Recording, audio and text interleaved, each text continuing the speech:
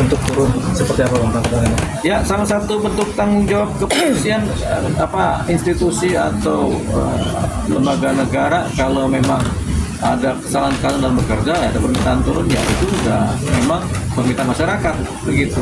Ini juga harus dipahami oleh pihak kepolisian. Ya memang masyarakat minta begitu. Sporadis tentu permintaannya, tapi ini juga bermakna. Kalau memang bekerja tidak maksimal, kemudian terjadi kesalahan, kan yang bertanggung jawab kepalanya, bukan ekornya. Ada lagi?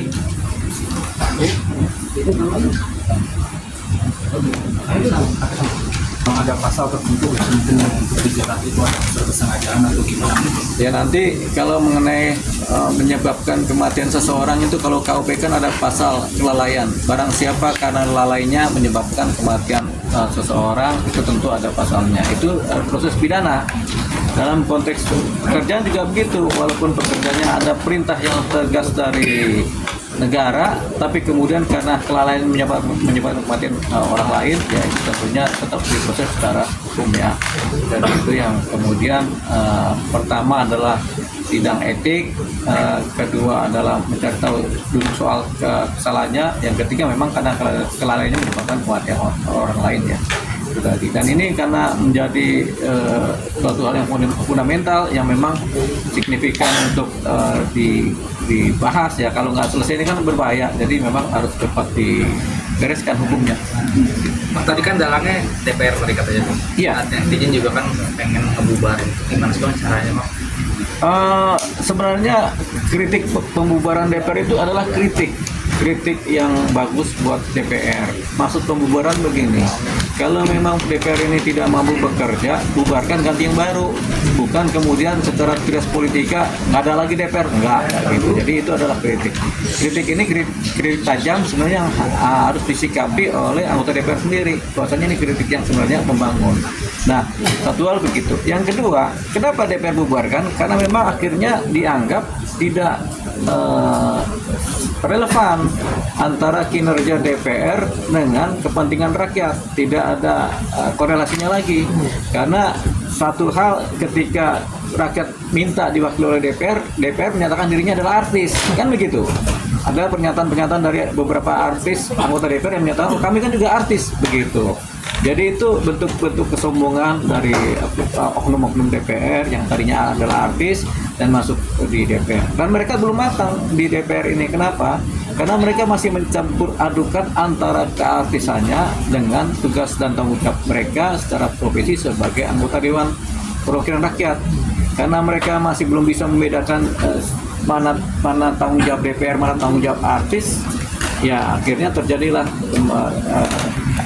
penyatuan, percampuran ya, kepentingan ya, yang akhirnya kemudian dianggap berdampak negatif dari perilaku mereka yang tampil. Jadi mereka anggota DPR tapi tidak berperilaku sebagai anggota DPR, tapi berperilaku sebagai artis. Dan ini banyak. Nah, ini yang kemudian kita kritisi, yang begini-begini akhirnya timbul menjadi pemicu ledakan demonstrasi.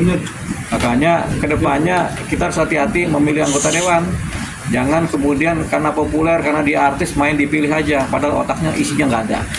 Bang, haruskah DPR maksudnya mengucapkan sesuatu gitu untuk masyarakat biar meredam amarah masyarakat? Nggak bisa dipakai dengan ucapan itu, masyarakat rasanya sudah kehilangan kepercayaan.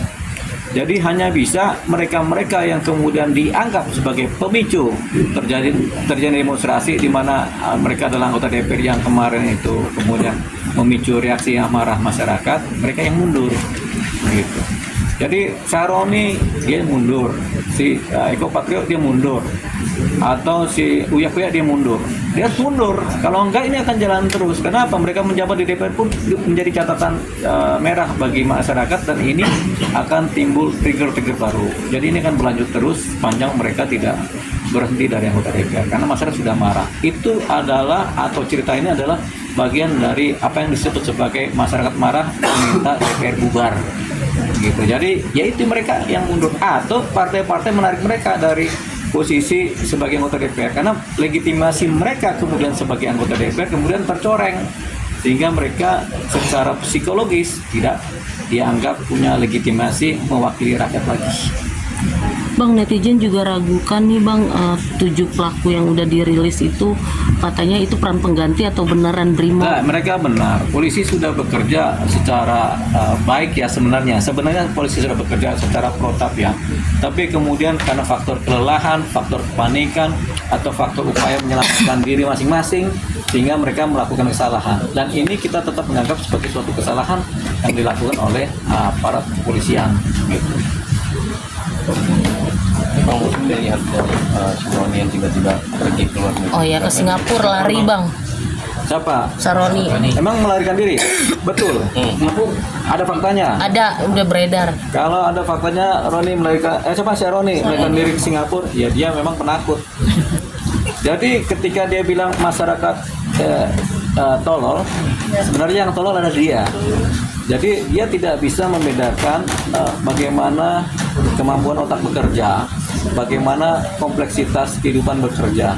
Jadi main sembarangan aja bicara tolol. Jadi yang tolol adalah Roni sendiri. Makanya dia harus mundur dari DPR. Kalau enggak, ini DPR akan tercoreng terus. Kita pasti jamin ini DPR tercoreng terus dan berbahaya untuk kedepannya. Yang tadinya masyarakat menyerangnya DPR bisa berubah menjadi menyerang lembaga eksekutif yaitu pemerintah. Ini yang berbahaya. Dan ini bisa chaos pada satu titik kalau tidak cepat-cepat diredam oleh eksekutif sendiri sebagai lembaga yang kuat kan. Oke. Nah.